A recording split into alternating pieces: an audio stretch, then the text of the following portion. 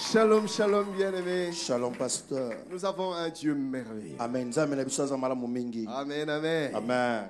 Gloire au Seigneur. L'esprit d'Absalom et ses ravages. Nous nous sommes posé une question hier. Car nous avons tous compris que l'esprit d'Absalom n'a rien à voir avec la personne d'Absalom. Mais l'esprit d'Absalom, c'est l'esprit qui a été identifié dans la personne d'Absalom. Et c'est comme ça qu'on l'a appelé de ce nom, parce que c'est en lui qu'il a été identifié. Mais croyez-moi, l'esprit d'Absalom opère bien avant la naissance d'Absalom. Et il continue d'opérer encore jusqu'aujourd'hui. Mais il y a une chose assez particulière que nous avons remarqué avec cet esprit. C'est qu'il aime opérer dans des familles. La famille se trouve être un terrain de prédilection où l'esprit d'Absalom aime agir. Et nous avions vu comment est-ce que Dieu aime travailler avec les familles, parce que Dieu la famille est une stratégie particulière de Dieu dans l'accomplissement de ses plans et ses desseins ici-bas.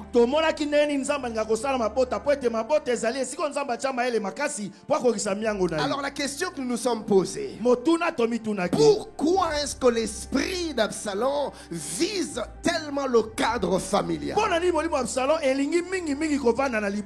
Et premièrement, nous avions dit, en première réponse, parce que la famille est une institution divine stratégique. La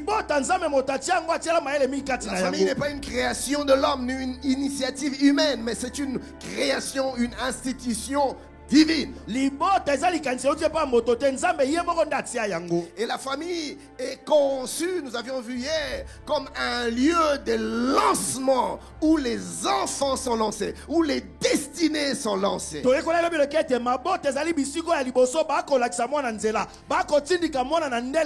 nous nous sommes laissés instruire par cette image d'un archer qui garde les flèches dans son carquois pour les lancer.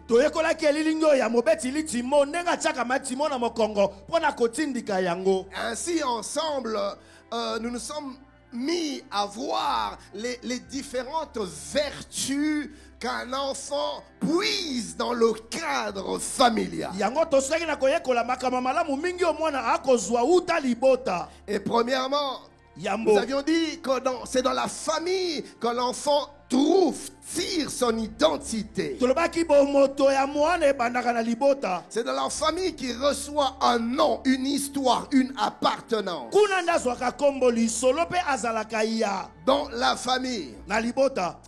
Et bien aimé, ce soir, j'aimerais passer à la deuxième chose. Que l'enfant puise dans la famille. À part l'identité, l'enfant reçoit la sécurité. Amen. La sécurité.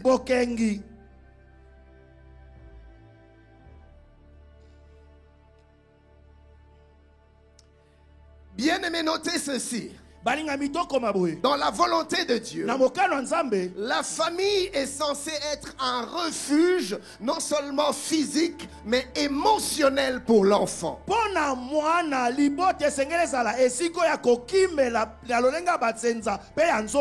famille dans les Écritures se définit comme une maison. Et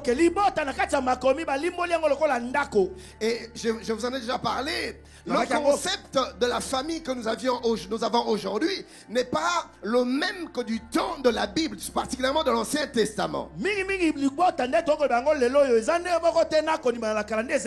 famille telle que nous la définissons aujourd'hui, une composition de père, mère et les enfants, est plus largement définie dans l'Ancien Testament. Quand on parle de la famille dans l'Ancien Testament, on voit le clan, on voit la tribu, on voit un rassemblement beaucoup plus grand que la cellule que nous connaissons aujourd'hui en parlant de la famille.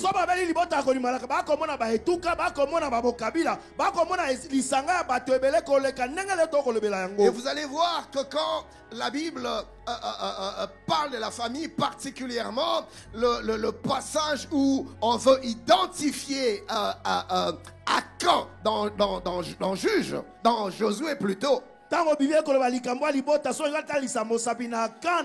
Si vous lisez le chapitre 7e du livre de Josué, le chapitre 8e, vous allez voir cela. Quand on a voulu l'identifier, on a appelé la tribu. Après la tribu, on a appelé le clan. Après le clan, on a appelé la famille. Après la famille, on a appelé la maison. Vous voyez? Donc la conception que nous avons aujourd'hui de la famille, c'est plus la maison, c'est-à-dire une composition restreinte. Donc qui dit famille dit maison. Or la maison est un abri, c'est un lieu de sécurité. C'est là où on se cache quand il y a des intempéries. C'est là où on va se réfugier. C'est là aussi où on va se reposer quand on est fatigué. C'est à la maison où on va souffler. C'est à la maison où on va trouver réconfort. Donc dans la pensée de Dieu, la famille est appelée à être un refuge, un lieu de sécurité où je ne me sens pas en danger, où je n'ai rien à craindre. Au sein de ma maison, au sein de ma famille, je peux être enfant, je peux être père, mais quand je suis dans ma famille, je ne porte pas des gants. Je sais que je suis avec les miens. Ils me protégeront.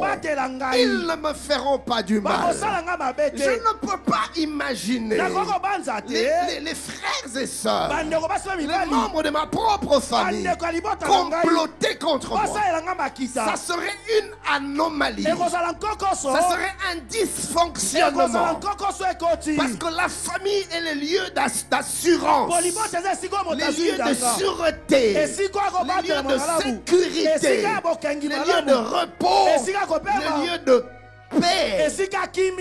La famille appelé à être un lieu de sécurité, mais pas seulement une sécurité physique, mais aussi et surtout une sécurité émotionnel. S'il y a un lieu où on ne devrait pas être brisé, déchiré, blessé dedans de nous-mêmes, c'est dans la famille, lieu de sécurité.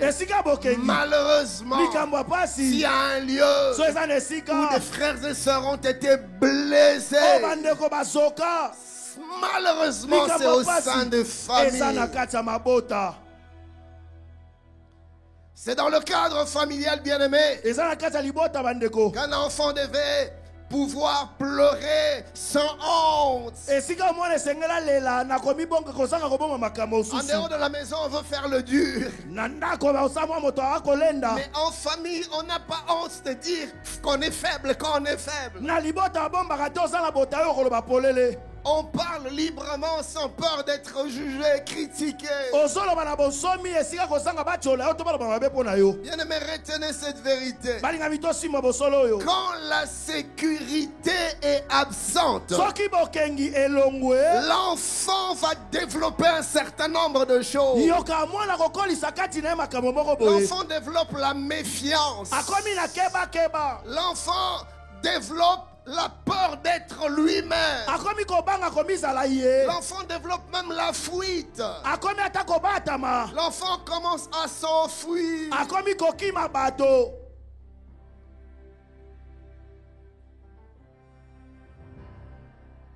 Et c'est dans cette instabilité que l'esprit d'Absalom trouve le passage. C'est dans cette instabilité dans le cœur de l'enfant que l'esprit d'instabilité trouve une brèche. Je vais vous expliquer ça. Quand un enfant est tout petit, il a besoin d'être rassuré. Qui le rassure?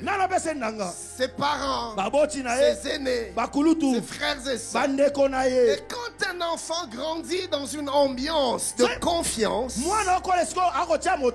ça développe en lui aussi la confiance. La confiance en lui-même, mais aussi la confiance aux autres.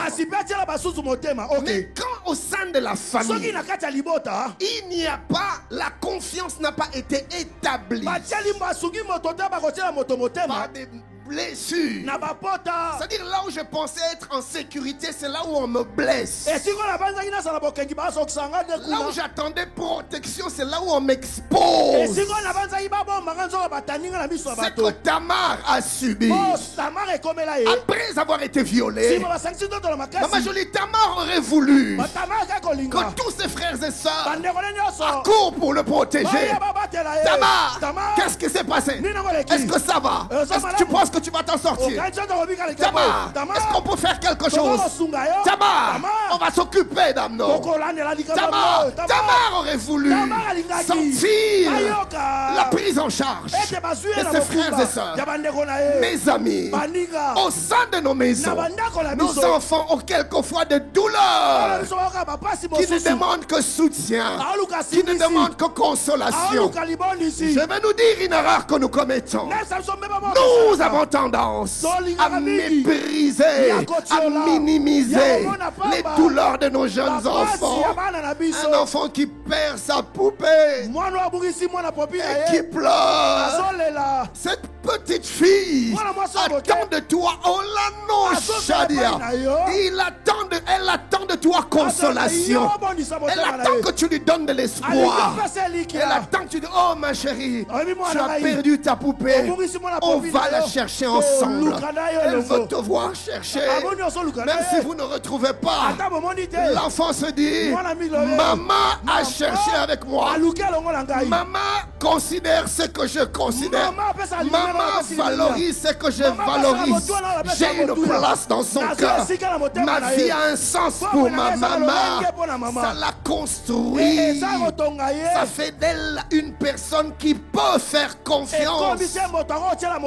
Parce que l'environnement dans lequel il grandit est un environnement de sécurité, où on prend soin d'elle, où on s'occupe de lui, où on le protège. Mais regardez ce que nous faisons. Quand le petit garçon perd sa petite voiture, la tendance, c'est à minimiser. Tu plais à tout. Le petit te plaira tout le temps. Qu'est-ce qui est perdu? Cette petite voiture là, c'est ça qui te pousse à pleurer. À tes yeux, c'est une petite voiture pour toi. mais pour ces petits enfants, il vient de perdre sa Rolls-Royce dernier cri. Il est foutu.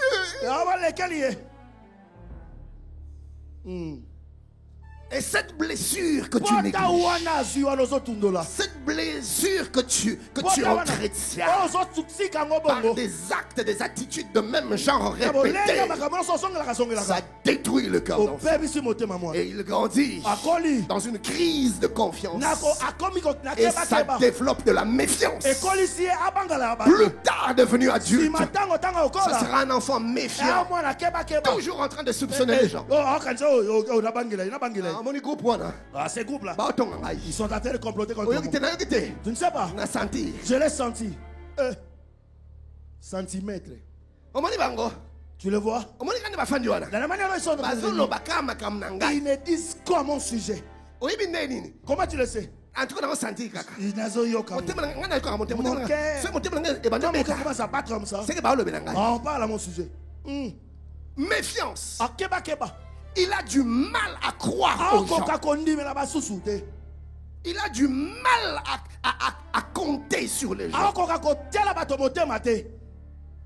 Et on croirait que c'est de la sagesse, que c'est de la prudence.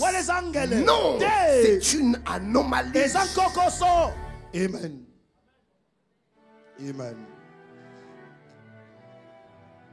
Ah, que Dieu nous aide. Amen. Et voyez-vous, dans cette instabilité émotionnelle, l'esprit d'Absalom se fraye un choc. Et plus il grandit comme ça, l'esprit d'Absalom vient faire des propositions. Si on ne te protège pas, petit, tu dois apprendre à te protéger toi. Et c'est comme ça que l'enfant très vite devient agressif. L'enfant devient insolent. Il devient impulsif. Il est comme son oncle. Il était ainsi.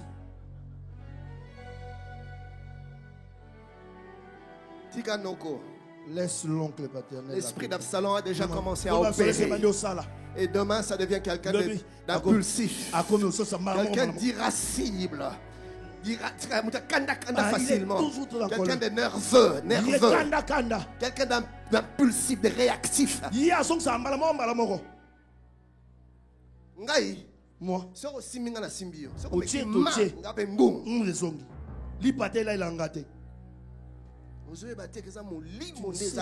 l'esprit d'Absalom. Au nom de Jésus. Les enfants deviennent ainsi des révoltés.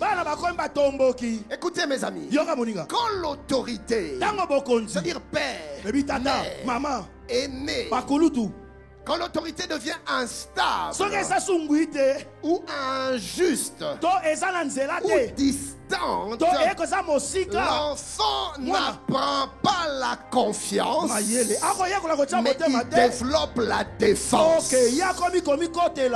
Wow, good. Il faut que je me protège. Il faut que je me défende. Et c'est ainsi qu'Absalom en est arrivé jusqu'à affronter son père. Et même avant à mettre fin à la vie d'Amnon, je dois rendre justice. Quand dans la famille il n'y a pas de justice, les enfants deviennent eux-mêmes leur propre justice. Je vais y revenir plus tard.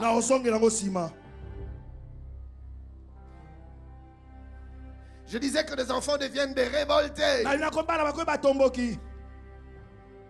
Non seulement des révoltés. Les enfants, écoutez bien ça. Les enfants deviennent des manipulateurs. J'aimerais nous préciser une chose. Quand je dis les enfants, il ne faut pas voir les petits que tu as laissés à la maison. Non. Voyez-vous cette assemblée? Cette assemblée est constituée des enfants d'hier. Amen. Il y a certaines attitudes que vous avez aujourd'hui. Trouvent les racines très loin. Que des révoltés dans notre église. Frère, les lots d'amon, il faut ça la alto. Si tu vas faire des ados. Il ne sait pas que j'aime pas cette voix. Mais où est bien alto? Mais tu sens bien alto. Je n'aime pas ça. Je ne veux pas, je quitte la chorale. Je peux quitter même l'église. Donc, Hazar rebelle Moria au Saranate. Motomboki. Et vous avez du mal à le gérer dans les départements. Vous voyez, même à l'église ici, quand le modérateur dit maintenant nous allons nous lever, vous allez les voir. C'est à ce moment-là qu'il va s'asseoir. Si quand le modérateur dira on doit s'asseoir.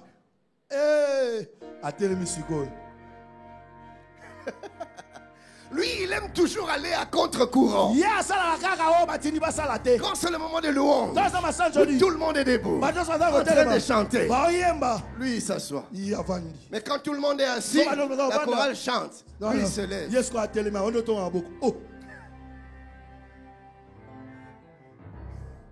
Et il se fait passer, ou elle se fait passer pour quelqu'un de spirituel. Je saisis ce que vous ne saisissez pas. L'atmosphère qui se crée maintenant, alors que vous êtes assis, vous ne comprenez rien. C'est maintenant le moment. Esprit d'Absalom. Les enfants deviennent pas seulement des révoltés, mais des manipulateurs. Écoutez, lorsqu'un enfant crie sans être entendu ou souffre sans être soutenu, sans être secouru, il va développer des stratégies internes de survie émotionnelle. C'est-à-dire qu'il faut qu'il s'en sorte. Quand tout le monde, quand personne s'occupe de lui, dans ses pleurs, il faudra qu'il s'en sorte. Alors qu'est-ce qu'il va faire? Un mécanisme se développe au-dedans de lui, au-dedans d'elle, un mécanisme de survie émotionnelle pour qu'il ne sombre pas. Alors comme conséquence, l'enfant va devenir un manipulateur. C'est-à-dire quoi? Il veut contrôler l'entourage. Il veut contrôler les autres. Pourquoi? Pour ne pas dépendre des autres. C'est dans son inconscience. Quand j'avais besoin d'un secours, d'un soutien, même mes proches ne m'ont pas soutenu. Mais ils parlent des faits passés des années en arrière. Mais c'est gravé dans son inconscient et même dans sa subconscience. Et il se dit, pour ne pas tomber dans les mêmes erreurs, c'est-à-dire attendre un soutien là où le soutien ne viendra pas, je préfère manipuler les gens afin de les contrôler pour me préserver et me protéger. C'est comme ça que nous avons des épouses manipulatrices. Ce n'est pas forcément de la méchanceté, mais un mécanisme de défense et de protection. C'est inconsciemment développé. Et il cherche à manipuler. Il manipule par des pleurs. Elle manipule par des pleurs plutôt. Elle manipule par des larmes. Elle peut même feindre être malade ou être triste. Mais le but c'est de conditionner son mari. Le but c'est d'orienter son mari vers une attitude. Manipulation. Que des époux manipulateurs. Que des amis manipulateurs. C'est l'esprit d'Absalom. Absalom veut voir Joab. Joab ne vient pas. Il dit ok, je sais comment le faire venir. Moto a consumé son champ. Et ses serviteurs mettent le feu. Et Joab arrive. Absalom dit je voulais te voir. Il a conditionné Joab à venir. Manipulation. Wow. Mayele.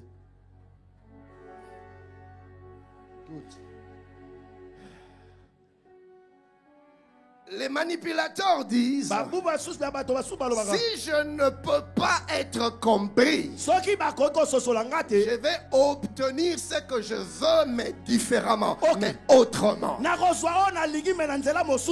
il manipule. Wow. Dans un environnement où l'enfant ne se sent pas sécurisé,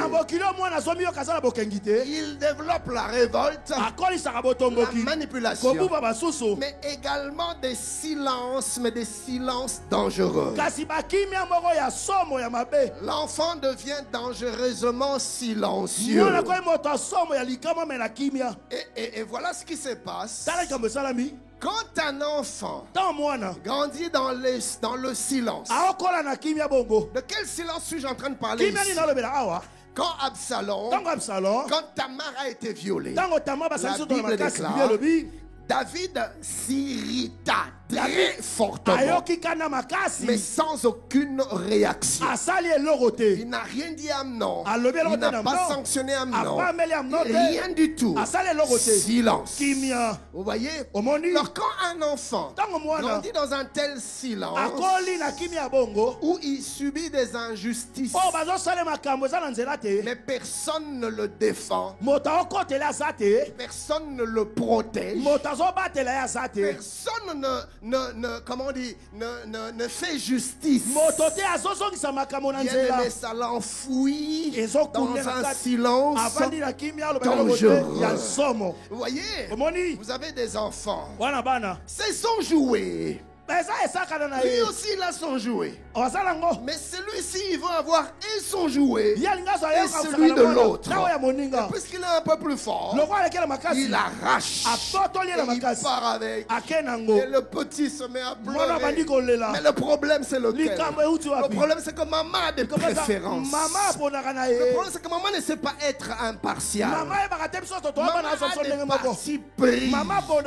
Elle aime l'aîné plus que le cadet. L'aîné peut faire des bêtises. Maman ferme les yeux. Elle fait semblant. Mais si le petit ose, très vite les sanctions tombent. Et quand le nez arrache le jouet du petit, le jeune se met à pleurer. Maman, il a pris mon jouet. Maman, il a pris mon jouet. Et maman qui dit, mais pourquoi tu pleures? Il a pris mon jouet. Alors, tu ne partages pas. Maman, c'est mon tais-toi. Il faut apprendre à partager. Le petit, ce petit à qui tu as demandé de se taire. Oh, sache qu'il va se taire pendant longtemps. Il va se taire pendant longtemps. Il va se taire pendant longtemps. Et c'est ainsi qu'il a grandi. Il ne parle pas. Tout ce qu'il ressort, il le garde dans son cœur. Maman, Ouswayango. Yamolimo. Merci, pasteur. Merci. Cet enfant va se rébiffer, se rétracter, se recroqueviller, s'enfermer et se renfermer dans un silence, mais un silence dangereux. Absalom est entré dans le silence. Un silence dangereux. Un silence de méditation où il met en place de stratégie. Comment vais-je nuire à Amnon? Il met en place des plans. Il met en place de projets. Dans ce silence, non seulement qu'il cogite sur la vengeance, mais il alimente et nourrit la haine dans son cœur. Il entretient la colère dans son cœur, la rancœur dans son cœur, la rancune dans son cœur, l'amertume dans son cœur. Et l'esprit d'Absalom trouve un passage dans un tel état d'esprit. Non mais Absalom, fais comme si rien ne s'était passé, c'est ton frère. Il a une maturité exceptionnelle. Lui, c'est un homme spirituel. On a violé sa soeur. Il n'a rien dit. Hein? Il a dit n'en parle à personne. Vous voyez? Bien aimé, derrière certaines formes de maîtrise se cachent des criminels dangereux. Dans leur semblant de maîtrise, dans leur silence apparent, il y a une ébullition dans le cœur, il y a une effervescence, une agitation dans le cœur. Il cogite. Il médite. Il nourrit la colère. La Bible nous parle de Jacob et d'Ésaü. La mère aimait Jacob et il n'aimait pas Ésaü. Et elle s'est arrangée pour que Ésaü prenne la bénédiction destinée à Jacob. Bien-aimé, c'est pas à moi de vous rappeler. Elle s'est arrangée plutôt pour que Jacob prenne la bénédiction d'Ésaü. Ce n'est pas à moi de vous rappeler comment la rancœur s'est développée dans le cœur d'Ésaü. Ésaü prit son frère en haine. Et la Bible dit, qui se disait en lui-même, le jour arrive où notre père va mourir et je tuerai Jacob. Et même la maman, quand elle a vu la colère que Ésaü nourrissait dans son cœur, il dit à Jacob, papa pardon, non vas-y, va loin, parce que ton frère risque de te faire du mal. Mais maman, c'est toi qui as créé que de divisions dans nos familles aujourd'hui, que des clans, des regroupements dans nos familles. Nous sommes nés à 5, mais tu vas voir 2 qui sont dans leur coin. 3 dans leur coin.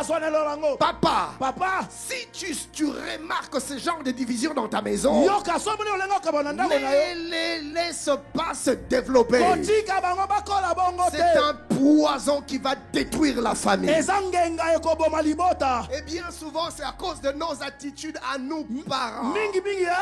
Tu préfères celui-ci et tu le lui montres. Mais tu négliges un peu. Quand c'est Françoise, tu es toujours présent. Françoise Nino. Françoise, qu'est-ce qu'il y a? Françoise Loba. Françoise parle. Françoise Loba, parle. Françoise. Que fais-tu, Françoise? Voilà Michel Gounazotala. Michel, moi. Je ne suis pas vraiment de cette famille ou quoi? Mais quand c'est Michel. Sois là, Michel. Ni. Aïe, les sous. Taba Michel Moussous. Tu es en train de détruire le cœur. Tu es en train de détruire même l'avenir de Michel.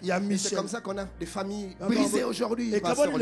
Des familles avec des divisions. Les deux là sont ensemble. Ils parlent mal de l'autre là. Incroyable. Les enfants d'une même mère, d'un même père, mais qui s'entre-déchirent. Qu'est-ce qui s'est passé? Les mauvaises semences que vous avez plantées dans leur cœur se sont mis à germer. Suis-je en train de parler à quelqu'un? Merci, pasteur. Ou suis-je en train de parler à quelqu'un? Des silences dangereux. Ils deviennent dangereusement silencieux.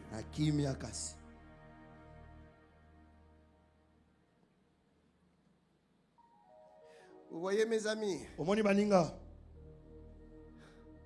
c'est que l'enfant ne reçoit pas à la maison. Il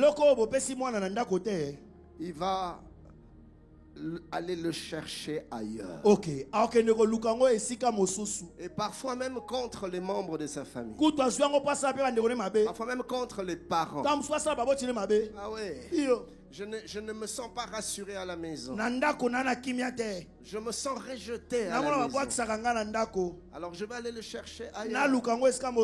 Et dans des relations, quelquefois même des relations illicites. Parce qu'elle tombe entre les mains de quelqu'un qui lui dit ce qu'elle aurait voulu entendre à la maison. Il tombe entre les mains d'un groupe à qui il peut appartenir. Mes amis, l'appartenance est un besoin inné à l'homme. Merci, pasteur. L'homme a besoin d'appartenir à un groupe. Il a besoin d'appartenir à un ensemble. L'homme est un animal qui aime vivre en troupe. L'homme n'est pas un être solitaire. Regardez Adam. Malade il était dans la solitude. Tu as vu et il a dit il n'est pas bon que Adam soit seul, parce que l'homme n'a pas été créé pour vivre seul. Il aime appartenir à un groupe, à un rassemblement, à un regroupement, à une famille, à une maison. Et quand le groupe auquel il est censé appartenir et trouver ce désir d'appartenance être comblé, le rejette par des attitudes. L'enfant va chercher à aller trouver un autre groupe ailleurs. Et c'est comme ça qu'il y en a qui se retrouvent même dans des gangs. Il commence à mettre des tatouages.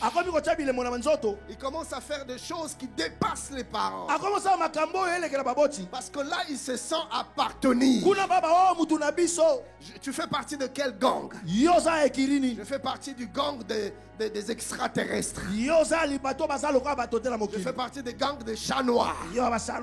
Je fais partie des gangs de loups-garous. Je fais partie des gangs de fauves. Je fais partie des gangs de Kuluna. Je veux appartenir à un gang. Il marche avec les machettes. Non, papa yo. Il n'a pas ce qu'il n'a pas trouvé dans la maison. Il va aller le chercher ailleurs. C'est comme ça que certains maris vont voir ailleurs. C'est comme ça que certaines épouses vont voir ailleurs. Parce qu'ils cherchent ce qu'ils n'ont pas trouvé dans la maison. Suis-je en train de parler à quelqu'un? Merci, pasteur. Et c'est là que l'esprit d'Absalom trouve une brèche. La troisième chose que l'enfant est censé trouver à la maison, recevoir à la maison, que l'esprit d'Absalom cherche à détruire en attaquant les familles, c'est la vision. La vision. La vision. Notez ceci. La famille bien-aimée transmet non seulement la protection, non seulement la sécurité, mais aussi la direction. En plus de la protection, la famille transmet la direction. C'est là que l'enfant commence à rêver, à espérer, à visualiser l'avenir. Les parents plantent en lui des valeurs, des objectifs, mais des modèles. C'est ainsi que de manière spontanée, quand les enfants sont jeunes, ils ont tendance à vouloir devenir ce que papa est. Pour certains, ils finissent par aller ailleurs, mais pour d'autres, ils vont même jusqu'à faire les études que papa a fait, le métier que papa a fait. Je connais une famille, le père est médecin. Cette famille a sorti aujourd'hui 3 médecins dans une même famille. La tendance, c'est de faire ce que papa fait. C'est d'être ce que maman est. Pourquoi? Parce que l'enfant reçoit la direction dans le cercle familial. C'est là que se forge en lui une certaine direction, une certaine vision.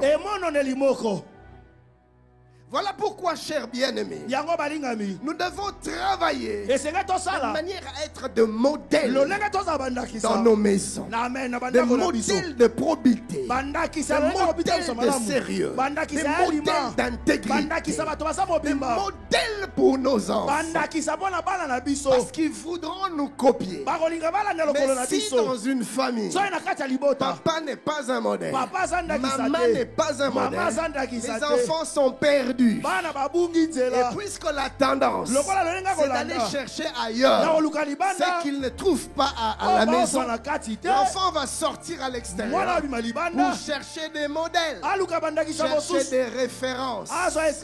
C'est où est-ce qu'il va le trouver? Sur Internet. C'est où est-ce qu'il va le trouver? À Hollywood. Les stars d'Hollywood deviendront ses modèles. C'est comme ça que les enfants chercheront à s'habiller comme les stars stars, à parler comme des stars, à agir et à réagir comme des stars, parce qu'il n'a pas trouvé de modèle à la maison. Il va aller le chercher ailleurs. Je lève ma main ce soir. Je proclame et je déclare. Tu seras un modèle pour ta maison. Tu ne m'as pas entendu, je dis tu seras un modèle pour ta maison. Donne-moi un bon amen. Amen. Un amen mieux que ça.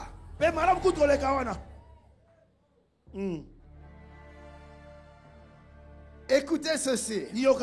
Sans une vision familiale, l'enfant risque d'être ballotté. Il va s'accrocher à des repères de remplacement. Il y a même des repères qui sont toxiques, qui vont détruire sa vie. Quatrième chose, quand l'enfant cherche, puise dans la famille, à part l'identité, la sécurité, la vision. La quatrième chose que l'enfant devrait voir à la maison, l'esprit d'Absalom combat, c'est l'alignement spirituel. L'alignement spirituel. Mes amis, la famille est censée être le premier lieu de discipline. Là où les enfants apprennent à aimer Dieu, à le craindre, à le servir, à aimer sa parole, à aimer la prière. C'est dans la famille. Pas seulement parce que vous priez avec eux, pas seulement parce que vous méditez avec eux, mais parce qu'ils vous voient le faire. C'est-à-dire que vous ne faites pas seulement pour les enseigner, mais ils voient que c'est votre vie. Vous ne faites pas semblant. Vous aimez vraiment Dieu. Écoutez, il n'y a pas plus observateur que les enfants. Et vous pensez qu'ils ne comprennent rien. Ils savent sentir ce qu'ils ne peuvent voir. Comment pouvez-vous imaginer un fœtus, un enfant, encore dans le sein des mamans, peut-être affecté par les ressentiments émotionnels des mamans? Si pendant que la femme attend famille, elle vit des traumatismes, des expériences choquantes qui l'affectent et la brisent. Elle est triste, elle est amère, elle pleure, elle se lamente, elle gémit, elle souffre dans son âme, dans son cœur. Mais le petit bébé dans le ventre ressent les mêmes émotions, ressent les mêmes douleurs. C'est ainsi que vous voyez des enfants qui naissent sans rire. Un petit enfant qui a du mal à rire.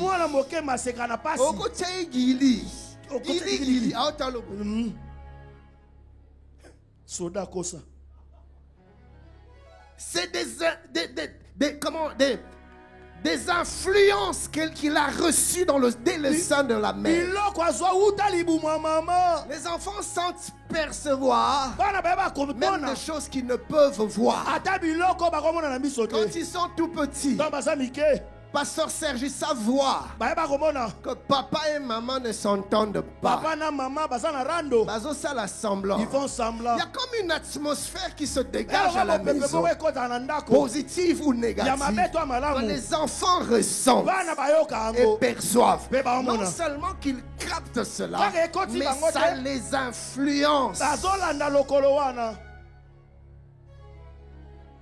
Donc ne les enseignez pas seulement à aimer Dieu, mais aimer Dieu. Ne soyez pas de ceux qui enseignent par les paroles, mais plutôt de ceux qui enseignent par la qualité de vie, c'est-à-dire par le modèle qu'ils sont, par l'exemplarité.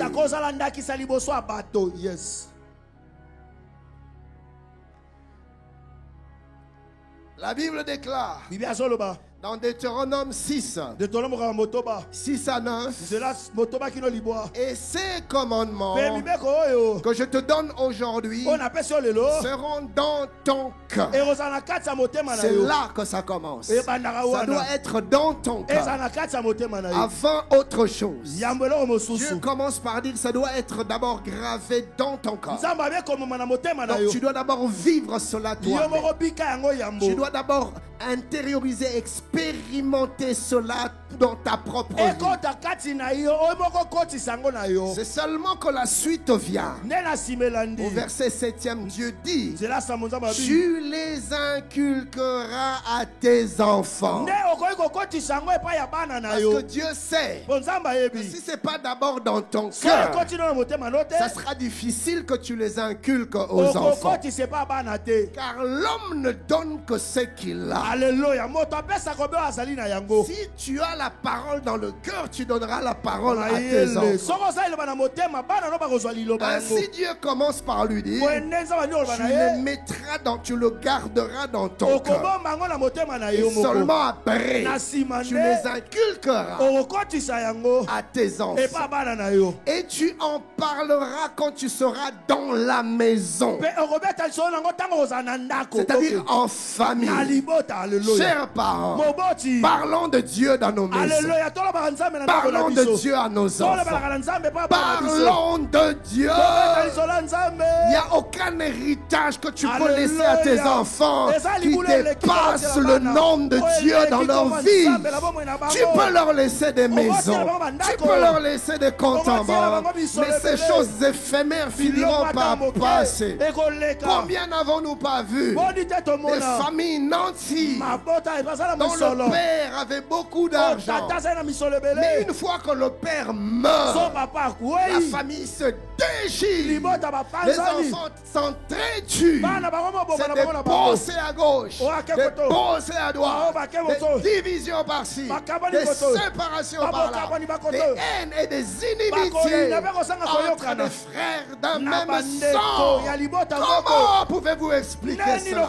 C'est parce que du vivant de papa, il n'a pas légué l'héritage qu'il fallait. Il leur a laissé un héritage matériel, mais cet héritage les a divisés. Il y a des choses beaucoup plus précieuses que l'or, des choses beaucoup plus précieuses que l'argent, des choses beaucoup plus précieuses que des maisons. Que Dieu désire que nous puissions léguer à la descendance. Amen. Tu en parleras quand tu seras dans ta maison. Et vous voyez pourquoi c'est important? Allier d'Espagne. La parole de Dieu, mes amis, nous immunise. Ok, nous vaccine. Un enfant à qui tu as enseigné la parole, tu n'auras pas besoin de le suivre partout. Même là où il sera loin de toi, la Bible déclare. Quand, écoutez, Alléluia. Le verset. Ah oui. La Bible déclare: quand il sera grand, il ne s'en détournera pas. L'enfant est vacciné. L'enfant est protégé. L'enfant est spirituellement sécurisé. Et le jour où l'esprit d'Absalom viendra frapper à sa porte, l'enfant sera en béton Je ne me vengerai pas. Je ne haïrai pas. Je ne tuerai pas. Je ne détruirai pas. L'esprit d'Absalom cherchera à le conduire à la haine, à la rancœur, à l'amertume, à la destruction et à l'autodestruction. Mais l'enfant sera blindé. La parole de Dieu déclare. Et c'est ce que je veux faire. Amen. Amen. Tu ne seras pas obligé d'être constamment en train de courir derrière tes enfants. Et même là où ils sont, ils craindront Dieu. Amen. Parce que tu leur auras donné un héritage spirituel. Alléluia. Écoutez le verset 8e. La Bible déclare: tu les lieras comme un signe sur tes mains. C'est-à-dire la parole de Dieu. Et ils seront comme des frontaux entre tes yeux. C'est-à-dire la parole sera liée à tes mains. La main nous parle de l'activité. Et quand la parole est attachée aux mains, c'est-à-dire que tout ce que nous faisons est guidé, orienté par les Écritures. Mais ce qui m'édifie le plus, c'est le verset 7e. La Bible déclare: tu les écriras sur les poteaux de ta maison et sur tes portes. Du temps de la Bible, les maisons étaient construites avec des poteaux en bois, un peu comme des colonnes en béton pour nous aujourd'hui. Donc même à l'intérieur de la maison, tu pouvais trouver des poteaux pour soutenir la toiture. Alors Dieu dit aux enfants d'Israël: les poteaux qui soutiennent la toiture de vos maisons, c'est-à-dire les poteaux qui déterminent la stabilité de vos maisons, vont être enroulés par la parole, par les Écritures. Qu'est-ce que cela veut dire? La volonté de Dieu, c'est que nos maisons, nos foyers soient soutenus par les Écritures, fondés sur les Écritures, construites sur base de la parole. Cela veut dire quoi? Que nos maisons, nos familles doivent être conduites, guidées selon les vérités des Écritures. Cela veut dire quoi? Que la vision familiale, la manière de fonctionner d'une famille doit être impulsée par les Écritures, par la parole de Dieu. Donne-moi un amen. Amen. Yes.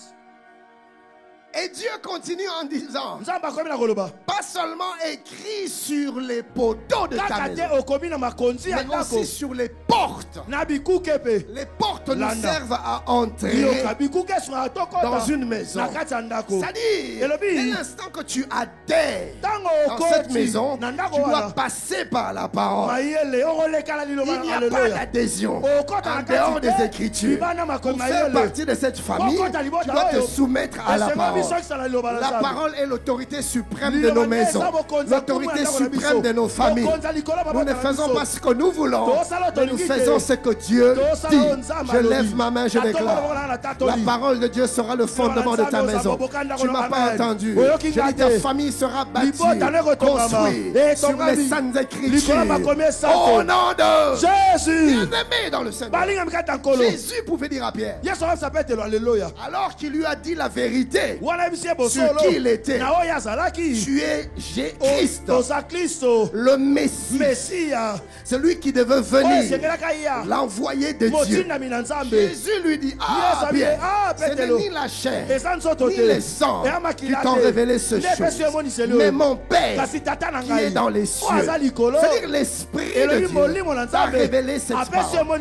Cette parole est la vérité. Et Jésus va plus loin en disant: sur cette parole, c'est-à-dire sur ce rocher, je bâtirai mon église. Ce que j'aime, c'est la suite.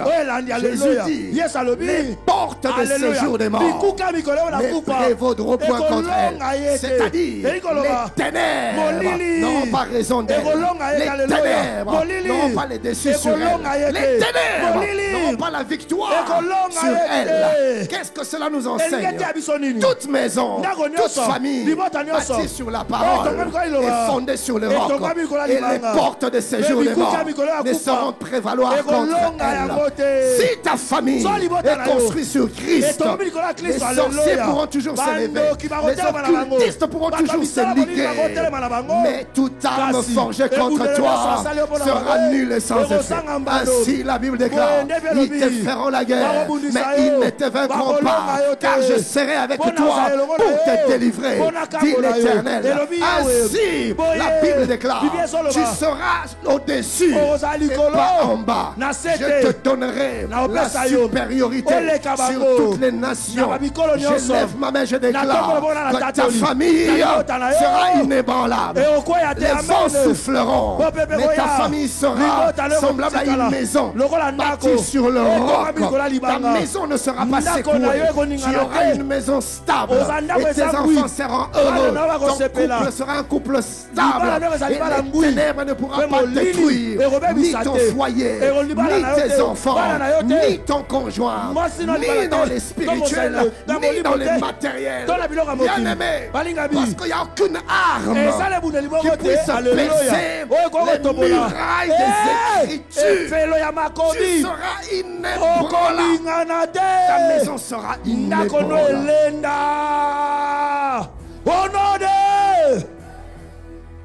Tes enfants seront inébranlables.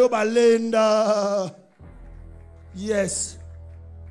Et quand les amis viendront avec la pornographie, ils sauront, ça ce n'est pas pour nous, sans que tu sois là. Quand les amis viendront avec l'alcool, avec la drogue, avec les tabacs, dans leur cœur, quelque chose dira, non, ça c'est pas pour toi, ça c'est pas pour toi, ça c'est pas pour toi. Et quand l'esprit d'Absalom viendra, les enfants sauront l'identifier et le repousser. Amen. Suis-je en train de parler à quelqu'un? Merci, pasteur. Notez ceci. Quand l'alignement spirituel est absent dans une famille, l'enfant va développer une foi déconnectée de l'ordre divin. Une foi façonnée non pas par la vérité, mais par les blessures, par les émotions, par la révolte. C'est ainsi que l'esprit d'Absalom trouve un terrain fertile. Et l'enfant, au lieu de développer une foi authentique basée sur les vérités des Écritures, suivez-moi bien, l'enfant va développer une foi indépendante, une foi qui refuse toute redevabilité. C'est-à-dire il ne rend compte à personne. Il sait ce qu'il fait, elle sait ce qu'elle fait. Elle aussi, elle entend Dieu. L'enfant va développer une foi émotionnelle basée sur les frustrations, sur les blessures. Une foi rebelle, construit loin de la vérité. Et l'attitude que l'enfant va développer, c'est de fonctionner sur base de ces émotions négatives et les mettre sur le compte de Dieu. Oui. C'est comme ça que dans l'église, quand l'esprit d'Absalom opère, vous allez voir que les enfants vont se retrouver avec des blessures non traitées, des blessures non guéries. Et l'esprit d'Absalom vient les séduire dans un esprit de révolte et de rébellion.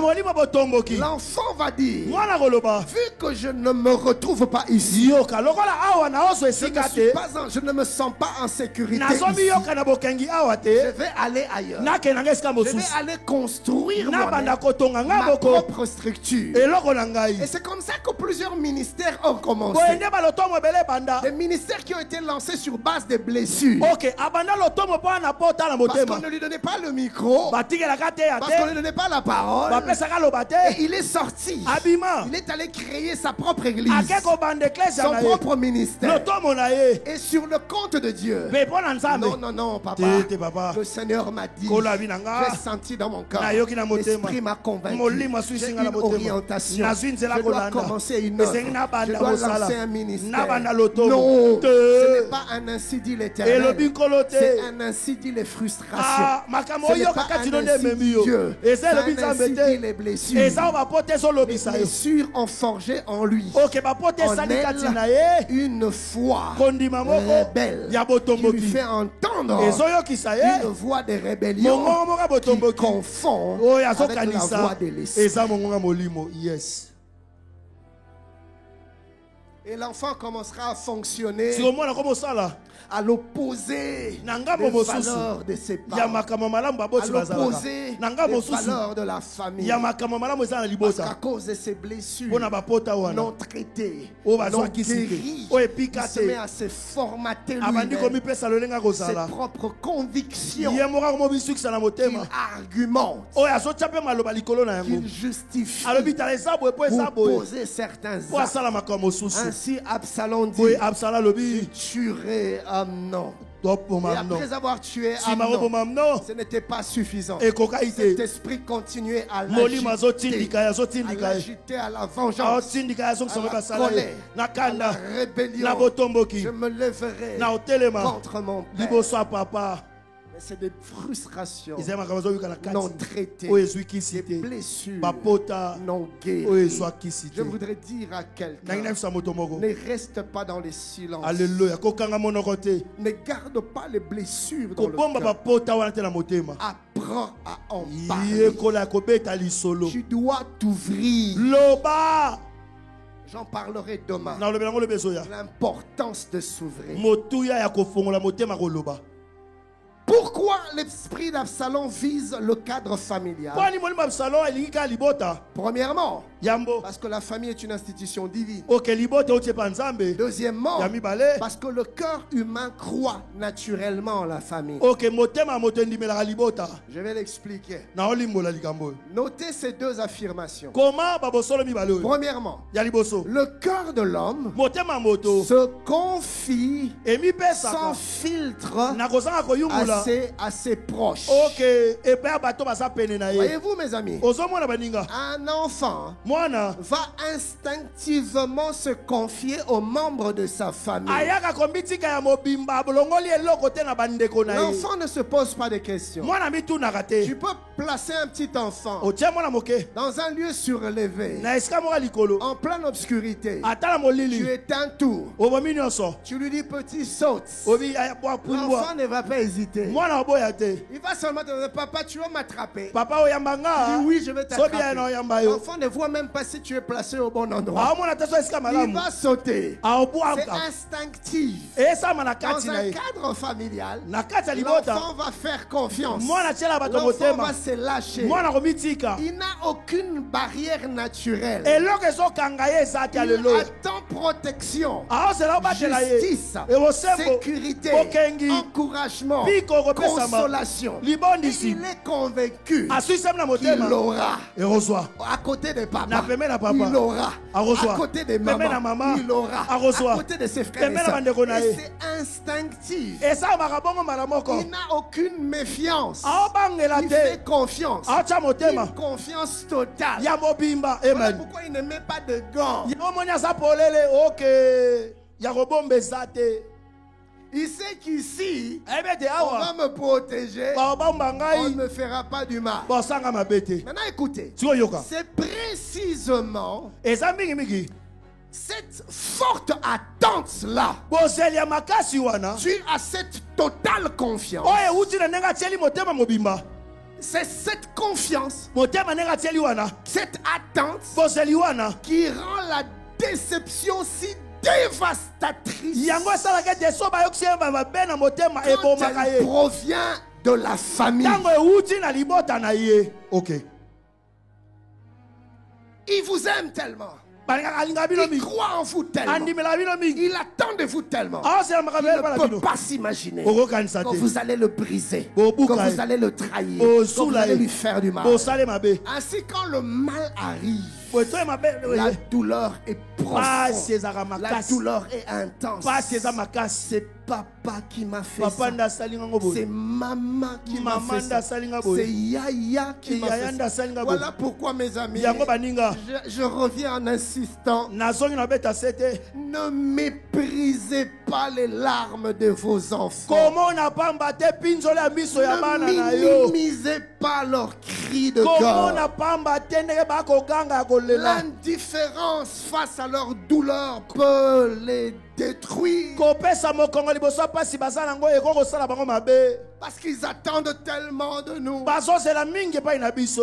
Et la douleur est profonde. Et l'esprit d'Absalom sait repérer cela. Et qui a un vide d'attention, un vide d'affection, un vide de prise en charge. L'esprit d'Absalom vient. D'ailleurs, on ne s'occupe pas de toi. Tu dois t'occuper de toi-même.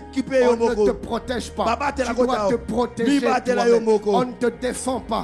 Tu dois te défendre toi-même. Et l'enfant développe le mécanisme de défense. Il se prend en charge. Il devient un Absalom qui tue et qui se rebelle. Deuxième affirmation. Plus l'amour attendu est grand, plus la trahison blesse. Plus l'amour attendu est grand, plus l'expectation, l'attente est grande, plus la trahison blesse. Cela m'a rappelé ce texte de Psaume 55, 13 à 15. La Bible déclare, écoutez ce texte. Il dit, ce n'est pas un ennemi qui m'outrage, je le supporterai. Ce n'est pas mon adversaire qui se lève contre moi, je me cacherai devant lui. Il dit, c'est toi que j'estimais mon égal, toi mon confident, toi mon ami. Ensemble nous vivions dans une douce intimité. Nous allions avec la foule à la maison de Dieu. C'est toi qui me trahis. C'est toi qui me fais du mal. Non, tout le monde, mais pas toi. C'est ce que nous ressentons quand nous sommes trahis par nos proches. Et quand la douleur est intense, l'homme devient vulnérable. L'enfant devient vulnérable. Et son cœur est exposé, prêt à recevoir toutes les suggestions du diable. C'est ainsi que certains en sont arrivés même jusqu'au suicide. Aujourd'hui, le taux de suicide ne fait qu'augmenter. Nous avons un frère parmi nous, le frère Jean-Claude Kambolo, qui fait partie d'une organisation qui s'occupe des cas de suicide. Il travaille pour la prévention des suicides. Alors, dans leurs statistiques, ils ont vu que le nombre, même ici, est en train d'augmenter. Pourquoi est-ce qu'il y a un tel taux de suicide comme nous n'avions pas vu avant? À cause du déchirement des familles aujourd'hui. Les familles sont déstabilisées.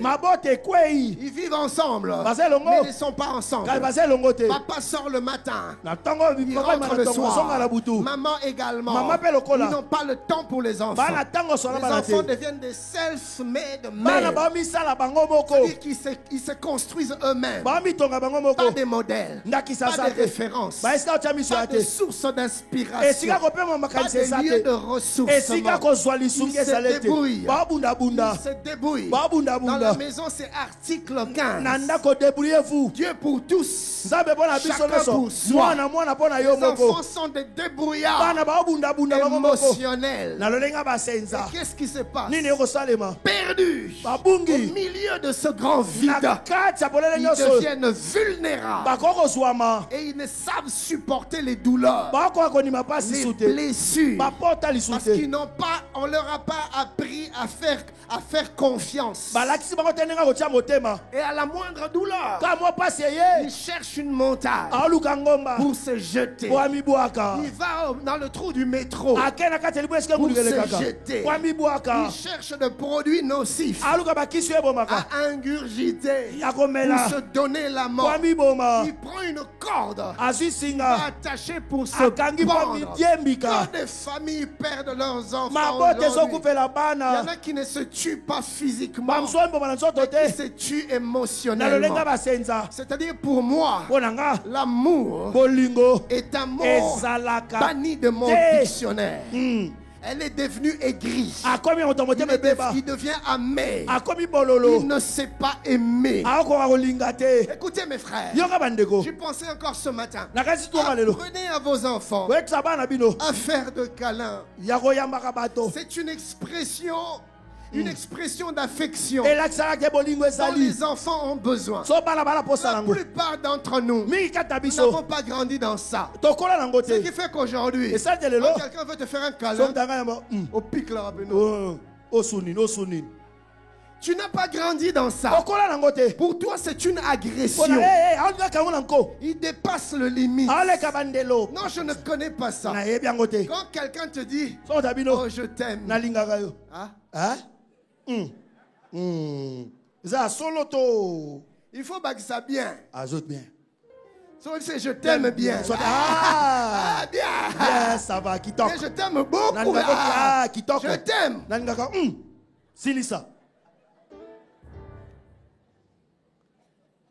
Quand on est à l'église, dis à ton frère, mon frère, je t'aime. Je t'apprécie. Pourquoi? Parce qu'on ne nous a pas appris ça. Ce qui fait que les parents aujourd'hui, ils ne savent pas dire ça à leurs enfants parce qu'on ne leur a pas dit ça.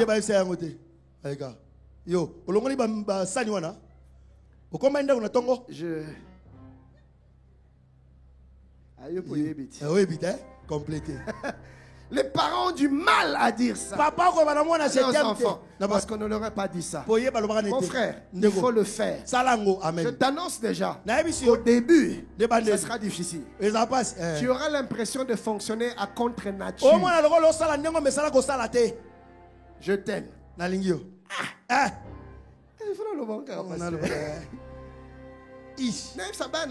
Je dirai à mes enfants, je t'aime.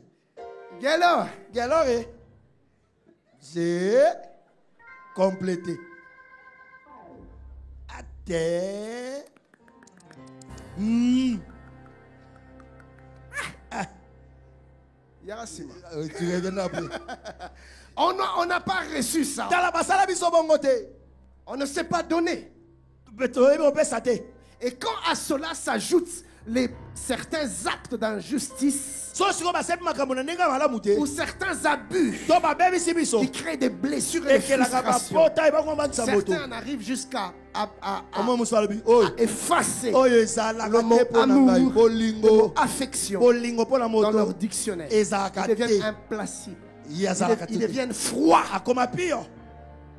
Ils ne savent pas aimer. Ils ne savent pas croire en l'amour. Si je t'aime. Tu lui dis je t'aime. Donc ils ont salé ni chaud ni froid. Pour naïe ça leur aux tendre et piège. Oh nino. Passer à zone meka. Passer à zone meka te au par hasard. Atie sous be moticom. Oh meka ngai. Ou encore. Topé. Quand c'est dit à un sexe opposé. François, François. Directement, le frère me fait des avances. La soeur là me fait des avances. Pourquoi? Il m'a dit je t'aime. Mon ami, cette mentalité doit être brisée. Au nom de Jésus, apprenons à nous dire que nous nous aimons. C'est important. Pasteur Ken, je t'aime. Je t'aime, Pasteur Daniel. Non, mais Pasteur Daniel, c'est pas parce qu'il est au micro. Il me le dit régulièrement. Il me le dit souvent. Je le lui dis aussi régulièrement. Et ça la rappelle Ezongi. Regarde ton voisin, dis-lui je t'aime, mon frère. Je t'aime. Change de voisin, dis-lui la même chose. Au sentir qu'il y a un kilo. Un kilo, papa. Et c'est un mois d'entraînement. Et c'est un mois d'entraînement. Et c'est un mois d'entraînement. Tu vas le faire, tu vas y arriver. Regarde ton voisin, dis tu vas y arriver, tu vas y arriver, tu vas y arriver. Amen, amen, amen. Amen. Gloire au Seigneur. Alors les attentes dans la famille sont grandes. J'attends l'amour. J'attends l'affection. J'attends la consolation. J'attends le réconfort. J'attends la sécurité. Que dès l'instant que la blessure arrive, dès l'instant que la déception arrive, elle est toujours grande. Parce que, écoutez mes amis, autant l'attente est grande, autant la déception sera grande. Et ça, c'est quelque chose que l'esprit d'Absalom a su identifier. Vous voyez? Il a su repérer. Et il rôde autour des familles. Il attend. Dès qu'il voit une blessure, il sait que ici, c'est le lieu où les blessures rendent les gens les plus vulnérables, les plus ouverts, les plus réceptifs aux suggestions des ténèbres. C'est ainsi qu'il vient avec la colère. C'est ainsi qu'il vient avec la vengeance. C'est ainsi qu'il vient avec la rancœur, l'amertume, la haine. C'est ainsi qu'il vient avec les pensées suicidaires. C'est ainsi qu'il vient avec toute forme de pensée des ténèbres. Et l'homme est désarmé, paralysé par la douleur de la blessure. Et il reçoit. Et il manifeste des attitudes et des comportements qui brisent, qui blessent, qui font mal. Et là, l'esprit d'Absalom prend le règne. Il contrôle, il dirige, il gouverne. Je prie Dieu que nous puissions nous protéger les uns les autres, que nous puissions nous sécuriser les uns les autres. Dans nos maisons, sécurise ton mari, sécurise ta femme, sécurise tes enfants avant qu'il ne soit trop tard. Avant qu'il ne soit trop tard. J'ai parlé il y a quelque temps en arrière avec une dame. Elle est venue me dire, Pasteur Ken, je commence à me sentir menacé. J'ai un collègue collègues dans mon bureau qui n'arrêtent pas de me dire certaines choses. Et je sens que mon cœur est bouleversé. Au bureau, elle entendait ce qu'elle n'entendait pas à la maison. Des choses qu'elle aurait voulu que son mari lui dise. Elle n'entendait pas ça. Mais à l'extérieur de la maison, elle a rencontré un monsieur qui savait parler et qui a perturbé son cœur. Elle a couru vers moi, pasteur. Aide-moi. Je ne sais comment m'en sortir. J'aimerais dire à un homme ce soir, avant que l'esprit d'Absalom ne vienne et révolte ta femme, apprends à donner ce dont elle a besoin. Apprends à dire ce que l'envie d'entendre. Car le manque appelle toujours la plénitude. Là où il y a un vide, le malin cherchera à combler. Et l'esprit d'Absalom s'est identifié les vides affectifs, les vides émotionnels, les vides d'attention. Il vient le combler de la mauvaise manière en plaçant la révolte, la rébellion. Si on ne te donne pas, alors tu ne recevras ça plus de personne. Si on ne te donne pas, alors tu vas te le donner toi-même. C'est ainsi que les hommes vont ailleurs. La tendresse qu'ils auraient voulu recevoir de leur femme, l'attention qu'ils auraient voulu recevoir de leur femme, ne le recevant pas, l'esprit d'Absalom vient susciter comme une rébellion. D'ailleurs, tu peux aller dehors. D'ailleurs, tu es un bel homme. D'ailleurs, tu es fort. Mais tu peux le trouver ailleurs. Tu n'as pas besoin de supplier. Tu peux aller ailleurs. Bien-aimé, l'esprit d'Absalom opère dans tous les domaines, même dans le domaine professionnel. Là où on ne se retrouve pas, on se rébelle et on prend ce qu'on ne nous donne pas. Je prie que Dieu nous préserve, que Dieu nous protège, que Dieu nous sécurise. Je vais finir par ceci. Mes amis, la Bible déclare, maudit soit l'homme qui se confie. Après avoir parlé de celui qui doit donner de l'amour, après avoir parlé de ceux qui doivent donner de l'attention, de la sécurité, de la protection, de l'assurance, je finis en disant ceci. Si ce qui devrait te donner ne te donne pas, tu n'as pas besoin d'écouter l'esprit d'Absalom. Nous avons dans le ciel un Père qui nous donne ce que le Père ici-bas ne peut donner. Il est plus que les papas de ce monde. Il est plus que les mamans de ce monde. Il est plus que les maris de ce monde. Il est plus que les épouses de ce monde. Lui, il sait nous aimer plus qu'aucun homme ne pourra le faire. Il s'occupe de nous. Il prend soin de nous. Il nous protège.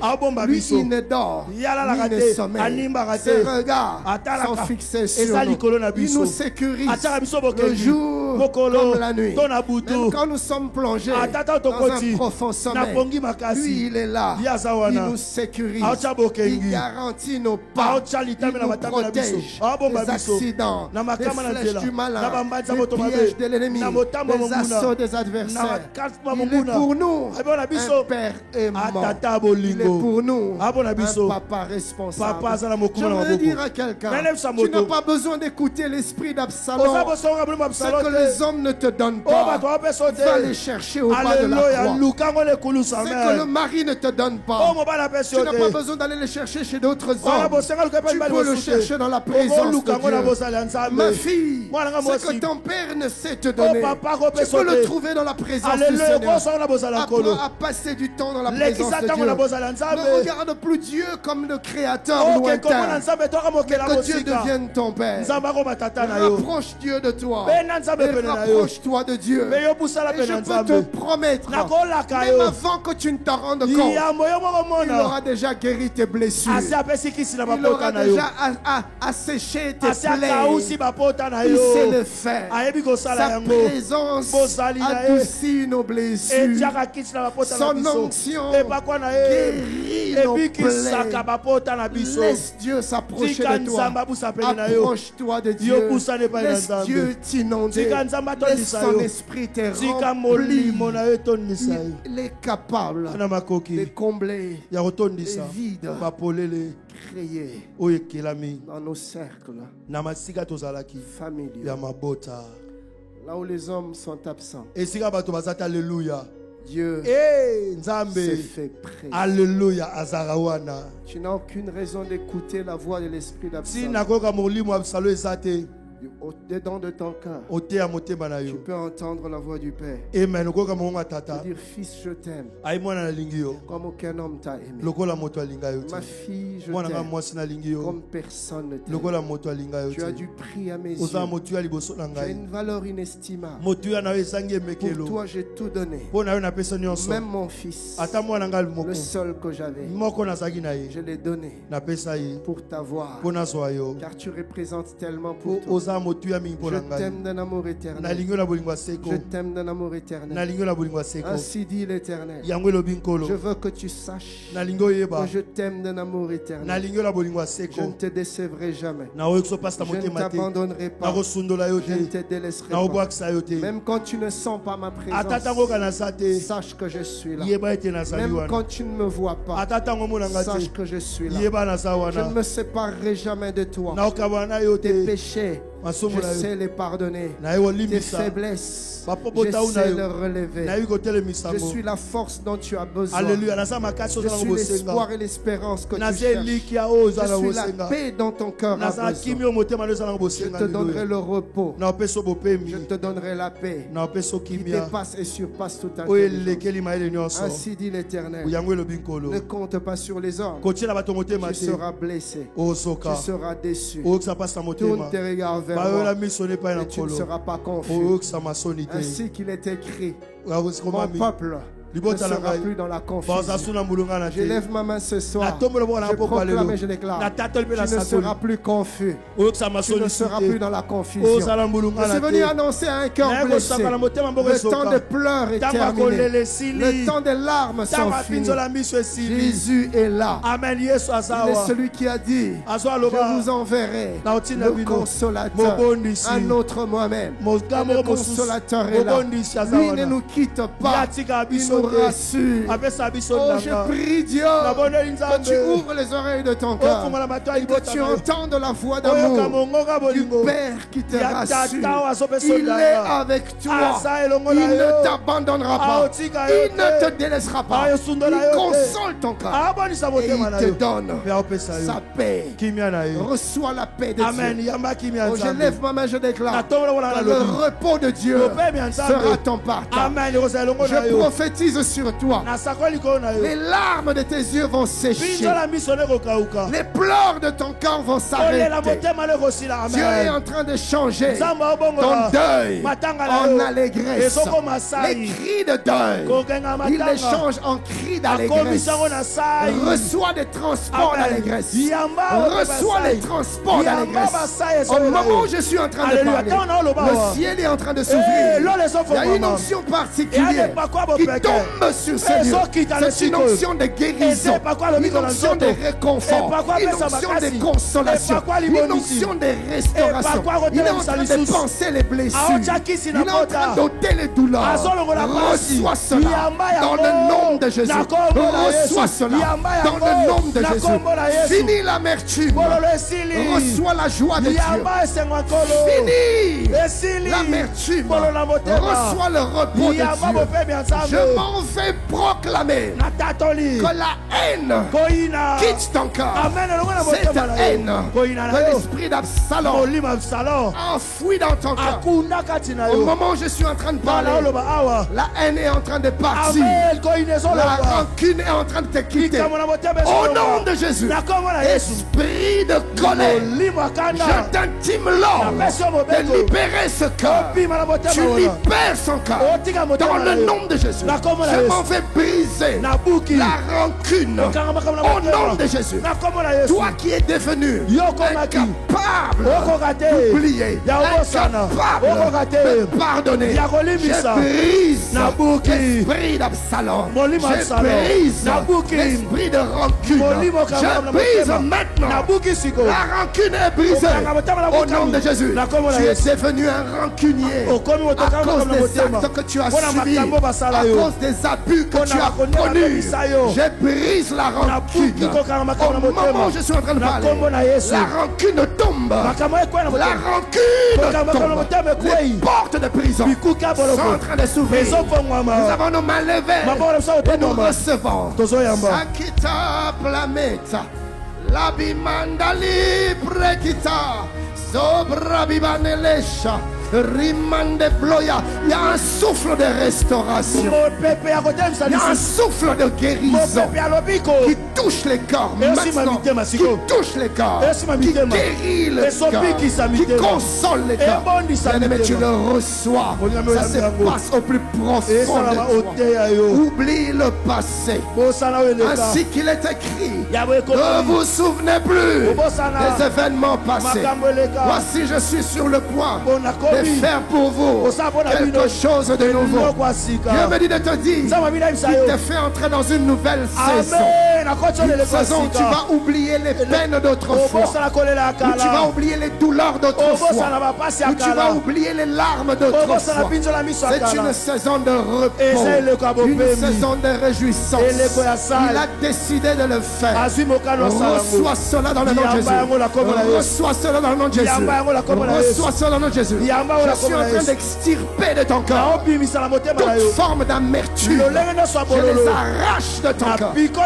Il y a une opération qui est en train de s'effectuer maintenant. Les anges de Dieu sont en mouvement. L'Esprit de Dieu opère. Et il est en train d'enlever l'amertume dans le corps. Il est en train d'enlever la colère. Il est en train de ôter le manque de pardon. Ça se passe maintenant dans le nom de Jésus. Ça se passe maintenant dans le nom de Jésus. Reçois cela. Il te touche. Il te guérit. Reçois cela. Il te touche. Il te guérit. Tu ne seras plus la même personne. Tu n'auras plus les mêmes attitudes. Fini l'impulsivité que tu avais. Au nom de Jésus. Fini la nervosité que tu avais. Au nom de Jésus. La susceptibilité s'en va. La méfiance te quitte. Au moment où je suis en train de parler, les chaînes sont en train de tomber. Les chaînes tombent des mains. Les chaînes tombent des pieds. Les chaînes tombent des hanches. Les chaînes tombent de cou. L'Esprit de Dieu passe. Il touche. Il opère. Il délivre. Il déracine. Il enlève. Il renverse. Et il est en train de planter. Il est en train de semer l'amour de Dieu dans ton cœur par son esprit. Reçois cela. Reçois cela. Reçois cela. Reçois cela. Reçois cela. Enane palia. Mon frère, ne sois pas distrait. L'Esprit de Dieu opère. Il te touche. Te guérit.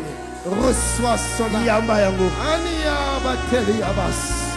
Mandele pari de blagare de baya. Imante na palage la bos. L'oblami tele ablale kapaliale. Reçois cela. Alia bale taka. Emmanuel ablayade. Alia blos kaba. Leva leti praka. Je suis en train de voir dans mon esprit une dame. Le Seigneur me dit, à l'époque tu avais 3 ans. Clairement dans mon esprit je suis en train de le voir. Et au moment où je suis en train de parler, toi aussi tu es en train de le voir. Je te vois toute petite. Petite fille. Je te vois avec une jupe bleue et avec un dessus blanc. Et même dans ton esprit, tu es en train de voir la même image. Je n'ai pas les détails sur ce qui s'est passé. Je ne voudrais pas non plus que tu nous donnes les détails. Mais je sais qu'il s'est passé un événement qui t'a brisé. Je ne sais pas si c'est la perte d'un être cher, mais ça t'a brisé. Je ne sais pas si c'est un abus, mais ça t'a brisé. Le Seigneur me dit de te dire que toi particulièrement, Dieu te guérit aujourd'hui. Il le fait maintenant. Je ne sais pas si tu es à Lisanga ou si tu es à la Puisaise, mais je t'encouragerai à venir. Je ne voudrais pas te contraindre, mais je t'encouragerai à le faire, car aujourd'hui c'est ton jour. Rapidement, viens ici devant. Je vais prier pour toi. Mais toutes les personnes qui ont été heurtées dans leur enfance, soit par la perte d'un être cher, ça laissait des traces dans le cœur, soit par un manquement d'un des parents, soit par un abus d'un membre de famille. Au moment où je suis en train de parler, l'Esprit de Dieu te touche, l'Esprit de Dieu te guérit, l'Esprit de Dieu te restaure. Reçois cela dans le nom de Jésus. Reçois cela dans le nom de Jésus. L'amertume te quitte. Et Dieu me dit de te dire, il y a même des moments où tu te sens angoissé, tu as comme des angoisses. Au moment où je suis en train de parler, les angoisses sont en train de quitter le cœur. Au nom de Jésus. Et ça normal. Ce n'est pas normal. Ce sont des blessures. Dieu te guérit. Et ces paniques te quittent. Ces peurs partent. Ces angoisses te lâchent. Au nom de Jésus. Je parle à l'esprit de peur. Toi qui amènes ces angoisses, je t'intime l'ordre de libérer son cœur. Imakene, sors au nom de Jésus. Va-t'en. C'est un ordre. Libère au nom de Jésus. Je te commande de t'en aller. Elle est libre au nom de Jésus. Elle est libre au nom de Jésus. C'est d'elle dont il s'agit. Maman, viens. Dieu t'aime. Il va te guérir. Maman, viens la prendre dans les bras. On va prier pour elle. Viens, maman, lève-toi. Maman, Nathalie, s'il te plaît. Maman, Nathalie, s'il te plaît. C'est que Dieu est en train de faire dans la vie de cette soeur. Il est en train de le faire dans la vie de plusieurs. Maman, Nathalie, prends-la dans tes bras. C'est sa guérison. Le Seigneur l'a guéri. Le Seigneur l'a guéri. Dieu lui donne l'amour qu'elle n'a pas eu. Les douleurs sont en train de partir. Mes amis, ce n'est pas un spectacle. Occupe-toi de toi. Il y a un travail que Dieu est en train de faire ce soir. Elle n'est que notre modèle. C'est que Dieu opère en elle. Il opère en toi. Le Saint-Esprit est en train de me montrer un frère dans ta maison. Ton père était un alcoolique. Et ses attitudes t'ont brisé. Et ça t'a laissé des blessures. Et tu es là ce soir. Mon frère, avance. Dieu veut te guérir. Dieu veut te guérir. Ton père était un alcoolique. Et ses actes. Mon frère, mets-toi là. Dieu te guérit. Toi, tu seras nettement mieux que ton père. Tu donneras un exemple glorieux à tes enfants. Le Seigneur est en train d'opérer ce soir. Nous avons nos mains levées. Un esprit et une onction de guérison qui se libère ce soir. Au nom de Jésus, tout ce que les malins ont planté dans ce cœur, je les arrache. Au nom de Jésus.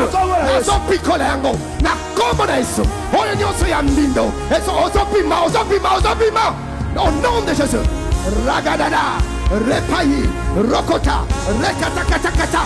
Tout ce que les malins ont voulu s'aimer par ce mauvais exemple, je les arrache au nom de Jésus.